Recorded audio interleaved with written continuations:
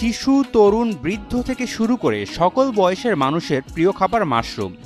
দেশ ও বিদেশের চাহিদা বিবেচনায় দিন দিন বাড়ছে মাশরুম চাষ। বাসা, বাড়ি অথবা জমিতে ছাউনি তৈরি করে চলছে মাশরুম উৎপাদন। স্বল্প জায়গায় এবং অল্প বিনিয়োগে এই ফসল লাভজনক হওয়ায় দ্রুত বাড়ছে বাণিজ্যিকভাবে মাশরুম চাষ। বাণিজ্যিক সফলতা বিবেচনায় নাটোরের সর্বত্রই এখন মাশরুমের চাষ বৃদ্ধি পাচ্ছে। স্বল্প খরচে উৎপাদিত মাশরুম বেশি দামে বিক্রির সুযোগ থাকায় উদ্যোক্তাদের মধ্যে জনপ্রিয় হচ্ছে মাশরুম চাষ। দেশের চাহিদা পূরণের পাশাপাশি রপ্তানির আশায় এই পেশায় আসছে অনেক উদ্যোক্তা। মাশরুম কাঁচামালটা এটা আমাদের ব্যাপক চাহিদা। মাশরুম চাষটা খুবই একটা স্বল্প পুঁজিতে ভালো একটা ব্যবসা, অর্থাৎ এখানে অল্প জায়গায় চাষ করা যায় এবং বেকার যে ছেলেমেয়েরা আছে অর্থাৎ গৃহিণীরাও কিন্তু এটা পরিচর্যা করতে পারে।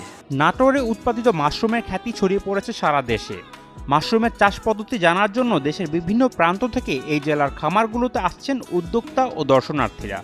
এই মাশরুম চাষটা কিভাবে হয় বা কিভাবে মাশরুম ওনারা একটা শেড দিয়ে করতেছেন এটা দেখলাম, আমরাও আগ্রহী।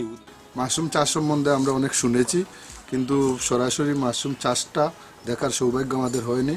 আমরা সৌভাগ্যবান, আজকে এই চাষ সরাসরি এখানে এসে দেখলাম একটি শেডের মধ্যে। স্থানীয় কৃষি বিভাগ নাটোরে মাশরুম চাষ বৃদ্ধির জন্য প্রশিক্ষণ সহ সরকারিভাবে নানা প্রকার সহায়তা দিচ্ছে। এই মাশরুম সম্পর্কে বিভিন্ন রোগ প্রতিরোধ এবং মাশরুম উৎপাদন কিভাবে হয়, কিভাবে আরও লাভবান হওয়া যায় এই সম্পর্কে সকল ধারণা নিয়েছি। আমরা আরও এই মাশরুম এলাকার বিভিন্ন জায়গায় কিষানীদের আমরা দেখে উদ্বুদ্ধ করতেছি। উদ্বুদ্ধতার মাধ্যমে আমরা 30 জনকে কিন্তু হাতে কলমে আমরা প্রশিক্ষণ দিয়েছি।